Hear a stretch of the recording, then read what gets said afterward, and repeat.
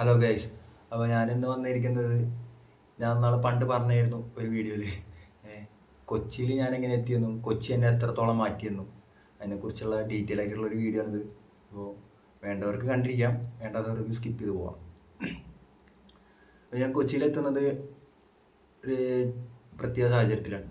Plus two ഒക്കെ പൊട്ടി ആട്ടവട്ടെല്ലാം മൂഞ്ചിയിരിക്കുന്ന ഒരു ടൈമിൽ വീട്ടിലിരുന്ന് പ്രാന്തായി അങ്ങനെ ബോറടിച്ചിരിക്കുന്നു. കാറ്ററിങ്ങിന് പോയി അങ്ങനെ ഇങ്ങനെയൊക്കെ പോയിട്ട് വീട്ടിലങ്ങനെ ഇരിക്കുന്ന ടൈമിൽ വാപ്പ പറഞ്ഞു, ഇനി വല്ല പണിക്കും പോ, ഇനി ഇങ്ങനെ ഇരുന്നാൽ ശരിയാവില്ല. അപ്പോൾ അപ്പത്തെ ഒരു ഇതിൽ അപ്പത്തെ ഒരു ഭ്രാന്ത് തന്നെ പറയാം. അങ്ങനെ ഇരിക്കെ ഞാൻ നേരെ ബാഗും തൂക്കി എറണാകുളത്തോട് ഇട്ടു. എറണാകുളം നോർത്ത് റെയിൽവേ സ്റ്റേഷനിൽ. എനിക്കച്ചാ ഒരാളെ പരിചയമില്ല, ഒരാളറിയ പോലും ഇല്ല എറണാകുളത്തുള്ള. നമ്മുടെ നാട്ടിൽ നിന്ന് ഓരോരുത്തർ അവിടെ പോയി പഠിക്കുന്നുണ്ട് എന്നല്ലാണ്ട് വേറൊരു കണക്ഷൻ ഇല്ല, വേറൊരാളറിയില്ല.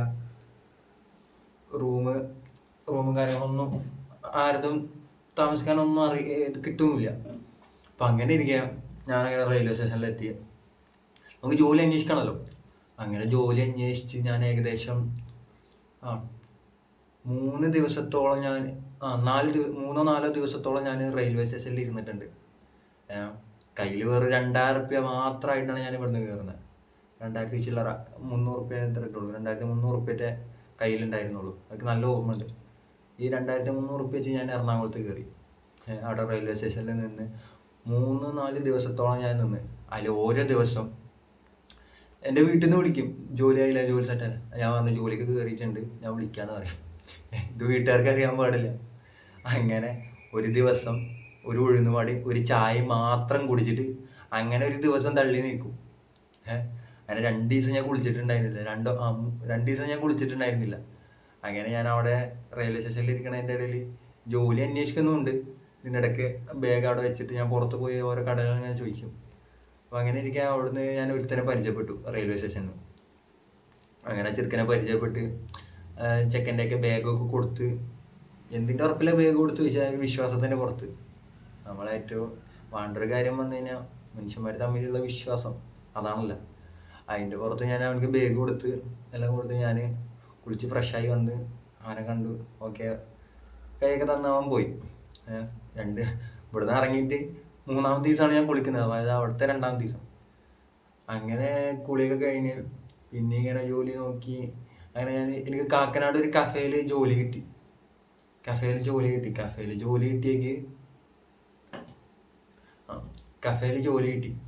കിട്ടി. ഓക്കെ, ബില്ലിങ്ങിലോട്ട്. ഞാൻ ഇന്നവരായിട്ട് ബില്ലിങ്ങിൽ കമ്പ്യൂട്ടർ ബേസ്ഡ് ആക്കി ഞാൻ ഒന്നും പഠിച്ചിട്ടില്ല. എനിക്ക് അതിനെക്കുറിച്ച് A to Z കാര്യങ്ങളൊന്നും അറിയാൻ പാടില്ല. അങ്ങനെ ഇരിക്കെ അവിടെ ജോലി കയറിയതിന് ശേഷം ഫസ്റ്റ് ദിവസം കഴിഞ്ഞ് 2-ാമത്തെ ദിവസം ജോലി കയറി. അവിടെ ഭായിമാരും വേറെ മലയാളീസ് റൂമിൽ എല്ലാവരും ഉണ്ട് റൂമിലൊക്കെ. അപ്പം അങ്ങനെ ഇരിക്കുക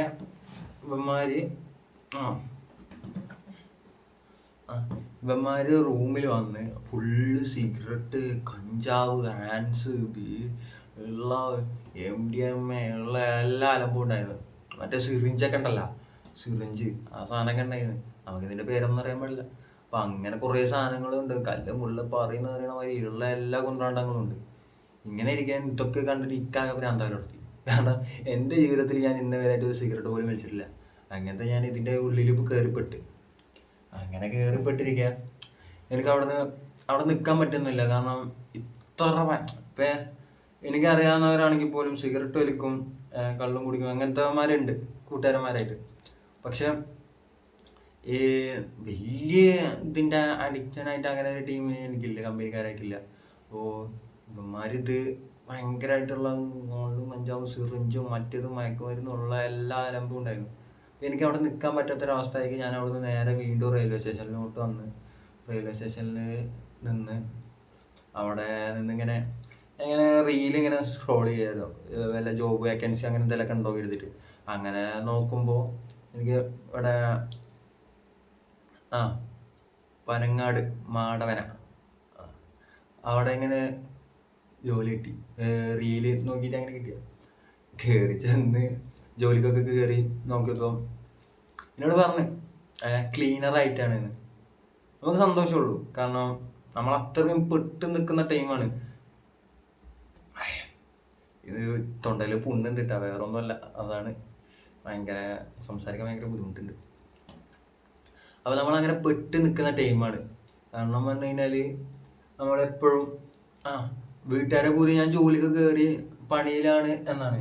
അപ്പോൾ അങ്ങനെ പെട്ട് നിൽക്കുന്ന ടൈം ആവുകൊണ്ട് ഞാനങ്ങനെ എന്ത് ജോലിയായാലും വേണ്ടില്ല. അപ്പം അങ്ങനെ ഈ ഭക്ഷണം കഴിച്ചാൽ ഇങ്ങനെ ക്ലീൻ ചെയ്യാൻ വേണ്ടിയിട്ടുള്ള ഒരു ഹോട്ടലിൽ ജോലി കിട്ടി പനങ്ങാട്. അങ്ങനെ അവിടെ ജോലി കിട്ടി, ജോലിക്കൊക്കെ കയറി. അങ്ങനെ അവിടെ ക്ലീനറായിട്ട് കയറി ഞാൻ നല്ലപോലെ സർവീസ് നല്ല വൃത്തിക്ക് നമ്മളെന്താണോ നമ്മളത് പെർഫെക്റ്റായിട്ട് ചെയ്യാന്നുള്ള രീതിക്ക് എന്നെ കൊണ്ട് പറ്റുന്ന രീതിക്ക് ഞാൻ നല്ല നിലക്ക് വൃത്തിക്ക് നല്ല വൃത്തി മെയിനായിട്ട് ഞാൻ ചെയ്തു. അങ്ങനെ മുതലാളിക്ക് പറ്റി. അപ്പോൾ മുതലാളി തന്നെ അവിടെ പാർസൽ ബോയ് ആയിട്ടും അങ്ങനെ നിർത്തി. പിന്നെ കുറേ കഴിഞ്ഞിട്ട് അതേമാതിരി അതും ഞാൻ നല്ല രീതിക്ക് ചെയ്യണമെങ്കിൽ സെക്യൂരിറ്റി ആയിട്ട് നിർത്തി. മോർണിംഗ് സെക്യൂരിറ്റി, നൈറ്റ് സെക്യൂരിറ്റി, അങ്ങനെ ഷിഫ്റ്റ് മാറി മാറി നിൽക്കേണ്ട ടൈമൊക്കെ ഉണ്ടായിരുന്നു. അങ്ങനെയൊക്കെ നിന്നു. അത് കഴിഞ്ഞ് അങ്ങനെയൊക്കെ നിൽക്കുന്നതിൻ്റെ ഇടയിൽ ഞാനവിടെ ചെന്നിട്ട് എന്തോ എൻ്റെ കയ്യിൽ ഞാൻ വെറും 2000 ചില്ലറ ഉണ്ടായിരുന്നുള്ളൂ. അതിൽ 2000 റുപ്യ ഒരു ചെറുക്കന്. എനിക്ക് അങ്ങനെയല്ല, എനിക്ക് പെട്ടെന്ന് സങ്കടം വരുന്നു. നമ്മൾ ബാക്കിയുള്ളവരുടെ സങ്കടം നമ്മളടുത്ത് പറയുമ്പോൾ നമുക്ക് ഭയങ്കര വിഷമം. അപ്പോൾ എനിക്ക് അവനെന്തോ പറഞ്ഞേക്ക് ഭയങ്കരമായിട്ട് എന്തോ ഭയങ്കര ഫീലായി. ഞാൻ ഇന്ത്യക്ക് ഉണ്ടായിരുന്ന 2000 റുപ്യ പറഞ്ഞു കഴിഞ്ഞാൽ ഞാൻ അവിടെ നിന്ന് പണിയെടുത്ത് കാറ്ററിങ് ചെയ്ത് കിട്ടിയ 2000 റുപ്യാണ്. ഈ കാറ്ററിങ് ഒക്കെ കഴിഞ്ഞ് അങ്ങനെ കയറിയതാണ് എറണാകുളത്ത് കള്ള പൈസ വെച്ചിട്ട്. 2000 റുപ്യ ഞാൻ അവന് കൊടുത്ത്. എനിക്കറിയാൻ പോലുമില്ല. വന്നിട്ട് 3 ദിവസത്തെ പരിചയമുള്ളൂ. 3 ദിവസമായിട്ടുള്ളൂ പരിചയമായിട്ട്. 2000 റുപ്യ ഞാൻ അവന് കൊടുത്ത്. അവനത് വീട്ടിലെന്ത് ഇഷ്യൂ ആണ് അങ്ങനെ ഇങ്ങനെ പറഞ്ഞിട്ട്. അപ്പോൾ ഇത് കഴിഞ്ഞ് തന്നെ പിന്നെ അവിടെ സ്റ്റാഫായിട്ട് നിന്ന് അവിടെ നമ്മൾ സാധനങ്ങൾ കൊണ്ടുകൊടുക്കില്ലേ,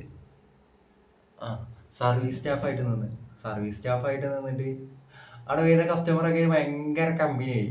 അങ്ങനെ എപ്പോഴും വരുന്ന കസ്റ്റമറും ഉണ്ട്, പിന്നെ അതേമാതിരി എപ്പോഴെങ്കിലും വരുന്ന കസ്റ്റമറുണ്ട്. അവിടെ ഫുള്ള് സെലിബ്രിറ്റികൾ വരും കേട്ടോ. അപ്പോൾ നമുക്ക് സെലിബ്രിറ്റി പറഞ്ഞു കഴിഞ്ഞാൽ നാട്ടിലൊക്കെ ആകുമ്പോൾ പണ്ടൊക്കെ വലിയ കാര്യമാണ്. പിന്നെ നമ്മളൊരു പണിയിലാണ്, ആ പണിയെ കൃത്യതയോടെ ചെയ്യാന്നുള്ളതാണ് നമ്മളെ ഉത്തരവാദിത്തം. അപ്പോൾ അതിൻ്റെ ഇടയിൽ വേറെ സെലിബ്രിറ്റി അങ്ങനത്തെ ഒന്നും ആ ഒരു കാര്യത്തിൽ മൈൻഡ് ചെയ്യാൻ എനിക്ക് താല്പര്യം ഉണ്ടായിരുന്നില്ല. അങ്ങനെ ഞാനതൊന്നും താല്പര്യപ്പെടുന്ന ഒരു വ്യക്തിയല്ല. അങ്ങനെ ഇരിക്കെ അതൊക്കെ കഴിഞ്ഞ് അവിടെ പണിക്കയറി കുറച്ചൊക്കെ ആയി ഒരുപാട് വലിയ വലിയ VIP കസ്റ്റമേഴ്സൊക്കെ വരും. അങ്ങനെ ഇരിക്കെ ഒരു നൈജീരിയക്കാർ വന്നു. ഈ നേരവണ്ണം മലയാളം മാത്രം അറിയാവുന്ന ഞാൻ ഇംഗ്ലീഷും അറിയാതെ ഞാൻ അതിൻ്റെ ഉള്ളിൽ പെട്ടെന്ന്. പക്ഷെ ഉള്ളത് പറയാലോ, നമുക്ക് പിടിച്ചു നിൽക്കാൻ പറ്റില്ല. എന്നെ കൊണ്ട് എനിക്ക് എവിടെ ചെന്നാലും പിടിച്ചു നിൽക്കാൻ പറ്റുമെന്നുള്ള കോൺഫിഡൻസ് എനിക്കുണ്ട്. കാരണം അത് കിട്ടിയത് അവിടെ തന്നെയാണ്. കാരണം നേരവണ്ണം ഇംഗ്ലീഷും വേറൊരു ലാംഗ്വേജും അറിയാണ്ട് ഞാൻ തട്ടിക്കൂട്ട് പരിപാടിയൊക്കെ ആയിട്ട് ഞാൻ അവിടെ പിടിച്ചു നിന്ന്. അത് തന്നെയാണ് എൻ്റെ ഏറ്റവും വലിയ പോസിറ്റീവ് മൈൻഡ് എന്ന് എനിക്ക് തോന്നിയിട്ടുണ്ട്. കാരണം എത്ര പേർക്ക് തയ്ക്കാത്തൊരു കാര്യം ഞാൻ ഒറ്റയ്ക്ക് ഹാൻഡിൽ ചെയ്തിട്ടുണ്ട്. അപ്പോൾ ആ കാര്യത്തിൽ ഭയങ്കര ഒരു കോൺഫിഡൻസ് എനിക്കുണ്ട്. കാര്യം എന്താ വെച്ച് കഴിഞ്ഞാൽ അവിടെ വരുന്ന ഈ സായിപ്പന്മാർ, അതേമാതിരി ഈ യൂറോപ്യൻ കൺട്രീസ് ആൾക്കാർ, അതേമാതിരി ഹിന്ദിക്കാർ, നേപ്പാളികൾ, പഞ്ചാബികൾ, അങ്ങനെ വരുന്ന മറ്റേ നൈജീരിയക്കാർ, അങ്ങനത്തെ ഒരുപാട് വ്യത്യസ്ത ലാംഗ്വേജ് ആയിട്ടുള്ള വ്യത്യസ്ത വ്യക്തികൾ വരും അവിടെ. അപ്പോൾ ഇവരൊക്കെ വരുമ്പോൾ ഞാൻ ഏറെക്കുറെ ഒക്കെ ഹാൻഡിൽ ചെയ്യും. എനിക്ക് വയ്ക്കും. കാരണം അവിടെ എനിക്ക് പ്രോപ്പറായിട്ട് ഇംഗ്ലീഷ് അറിയാൻ പാടില്ല. ഇംഗ്ലീഷ് പ്രോപ്പറായിട്ട് എഴുതാനോ വായിക്കാനോ അറിയാൻ പാടില്ല. എന്നിട്ടും എന്നെ കൊണ്ട് കഴിയുന്നുള്ള കോൺഫിഡൻസ് കൊണ്ട് തന്നെ ഞാൻ അവിടെ നിന്നിട്ടുള്ളത്. ഉള്ളത് പറയാലോ, പിടിച്ചു നിൽക്കാൻ പറ്റുമോ എന്നുള്ളത് എനിക്ക് അവിടെ ചെന്നൊക്കെ പിടികിട്ടിയത്. സീരിയസ്ലി അതെന്നെ കൊണ്ട് പറ്റിയിട്ടുണ്ട്. അതിന് എനിക്ക് ഏറ്റവും നല്ലൊരു സാഹചര്യം ഒരുക്കി തന്ന ഹോട്ടൽ തന്നെയാണ്. കാരണം എവിടെ ചെന്നാലും പിടിച്ച് നിൽക്കാൻ പറ്റും എന്നുള്ളൊരു തോന്നൽ, ആ ഒരു കോൺഫിഡൻസ് കിട്ടിയത് അവിടെ നിന്നാണ്. അങ്ങനെ ഇരിക്കെ അവിടുത്തെ വർക്കൊക്കെ കഴിഞ്ഞു. ഏകദേശം കുറേ മാസത്തോളം ഞാൻ അവിടെ നിന്ന്. അവിടുത്തെ വർക്കൊക്കെ കഴിഞ്ഞിട്ട് പിന്നെ ഞാൻ അവിടെ എറണാകുളത്ത് നിന്ന് പിന്നെ അവിടുത്തെ വർക്ക് നിർത്തി മീൻസ് അവിടുന്ന് പറന്ന് കിട്ടും. കാരണം അവിടെ ഹോട്ടലിൽ പിന്നെ വലിയ കച്ചവടം ഇല്ലാത്തൊരു ടൈമൊക്കെ ആയി. അങ്ങനെ അത് ബുദ്ധിമുട്ടായേക്ക് അവരെന്നെ പറഞ്ഞു വിട്ട്. പൈസ തരാണ്ട്. പക്ഷേ ആ പൈസ കിട്ടിയിട്ടാ പിന്നീട് ഇപ്പം അടുത്ത് കിട്ടി.